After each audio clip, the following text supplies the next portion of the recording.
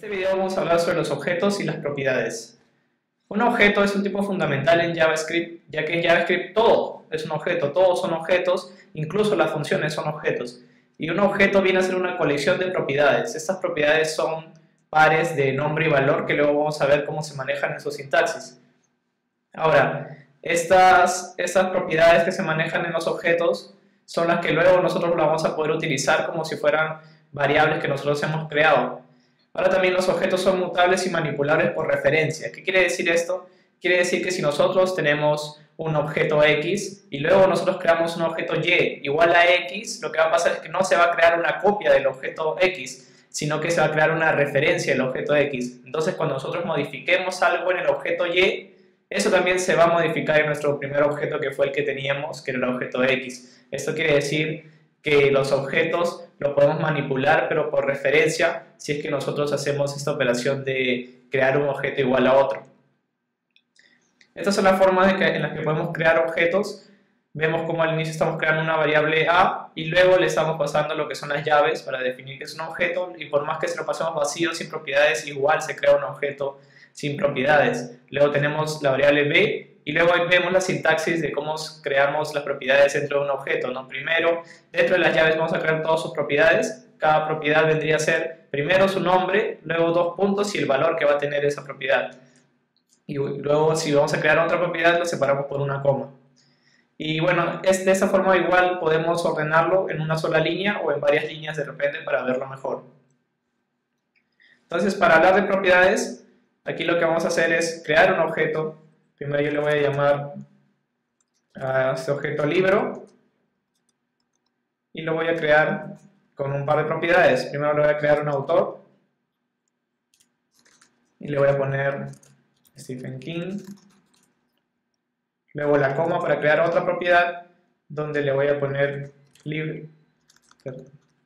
título y lo voy a llamar El Resplandor. Luego cierro la llave y el punto de coma al final, y con esto ya estoy creando el objeto. Entonces, luego yo voy a poder de repente crear una variable que se llame autor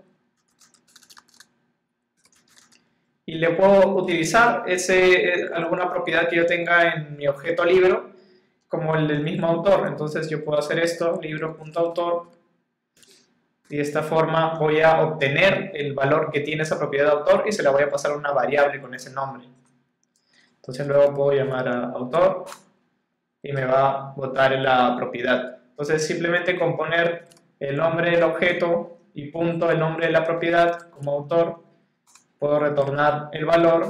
También tengo un título que lo puedo retornar. Entonces esa sería la forma en la que yo puedo obtener los valores que tengo en las propiedades, y también puedo crear otras propiedades para ese mismo objeto. Es tan fácil como poner libro.edición igual edición 4 le voy a poner, y de esta forma ya tenemos una nueva propiedad que es edición. Se le estamos añadiendo al objeto libro y va a tener el valor de 4. Igualmente, cuando yo tengo esto de los objetos, puedo trabajar como ya hemos visto, añadiéndole propiedades, obteniendo los valores de las propiedades, y ahora también vamos a ver cómo borrar algunas propiedades. Solo utilizamos el operador delete. Vamos a poner libro.edición y me devuelve true porque ya se ha removido esa propiedad del objeto. Entonces si nosotros hacemos libro.edición, no nos va a devolver nada, nos devuelve indefinido.